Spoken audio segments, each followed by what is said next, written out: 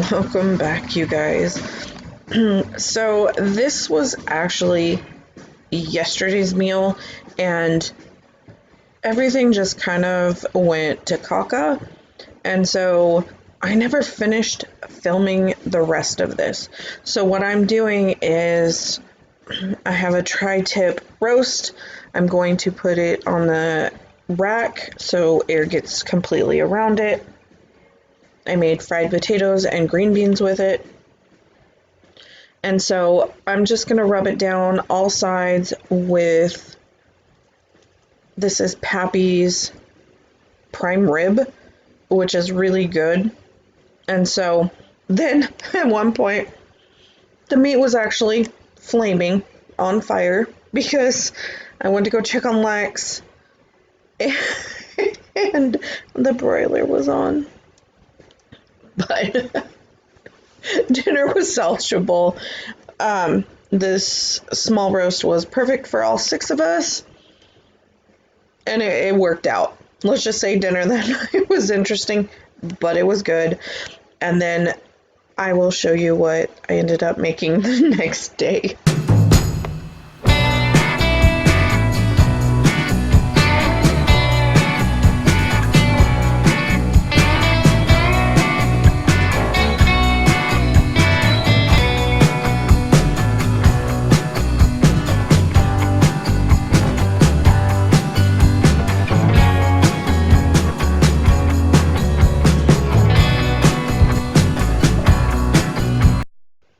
So here's the next day. I promise you I didn't set anything on fire this day. So this is one of the packs that we made from the grocery haul video.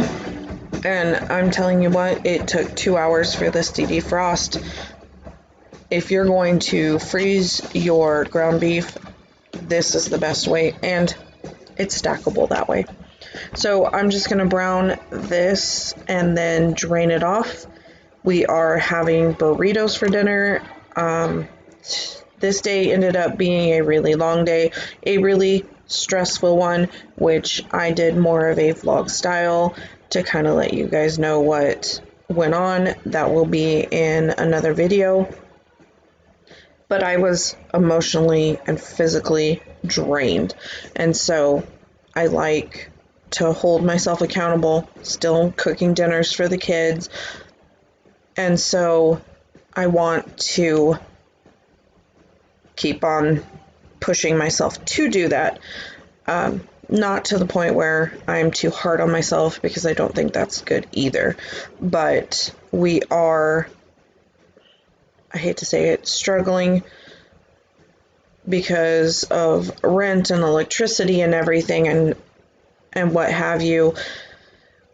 Food is really tight. And so I'm trying to stretch. So in this video, you will see how I stretch the meat. Unfortunately, everything kind of went downhill and we ended up in the ER this night. So like I said in the other video, you will figure out why. Sorry to be cryptic, but I'm gonna brown this up and then I'll show you the next step.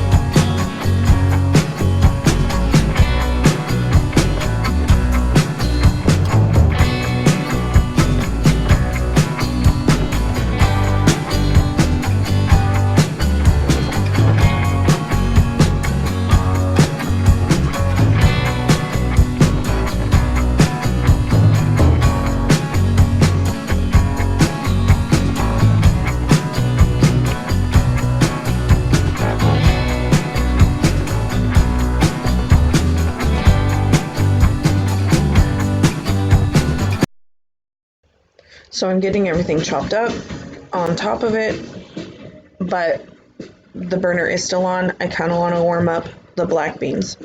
This is a great, well, actually it's used for meat substitute in some cases. I don't know that we're brave enough to try a black bean burger, but in this case, it's going to end up in the ground beef. I'm going to use a potato masher, a bean masher. Connor's helping me in the background with slicing the cheese. And so I'm going to mash them up, mix in the ground beef. Not a lot of people knew that, like I have a bunch of people running through my house all of a sudden. Nobody knew Anthony's gone this night for game, and so he will never know because he never got any. But I'm mashing it up pretty good, and I'm going to add some water because obviously you want taco seasoning in it. And so I'll just cook it together, and the kids didn't even notice, and not all of the beans were actually mashed that well. I wasn't trying to fully hide them, just enough to where they wouldn't gripe, and they'll eat black beans, but it really did help. And so this was probably a pound of ground beef and 1 can of black beans. That tomato hated me. I got each half. I ended up getting squirted and kind of across the front the kitchen. This one is the one that shot out the worst. Anyway, so it ended up feeding 6 people plus, and you probably have 3 servings still left. And that's with Connor having 2 burritos, Mom having 1, I had 1, Lex and Kyle, I think, had 2. Xander had 2. So I think I did pretty good. Pat on my back. I'm telling you guys, I need gold stars.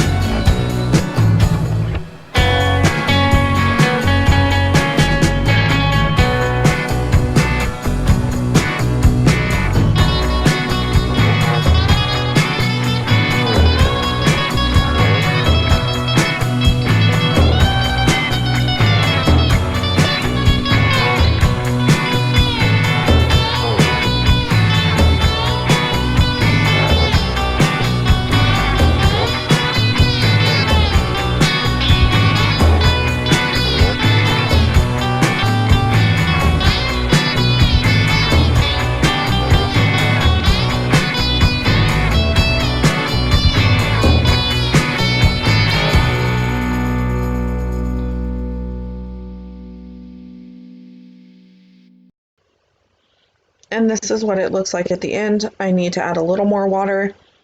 Not much, maybe tablespoon 2, if that. I just want to kind of scrape up the goodness from the bottom of the pan.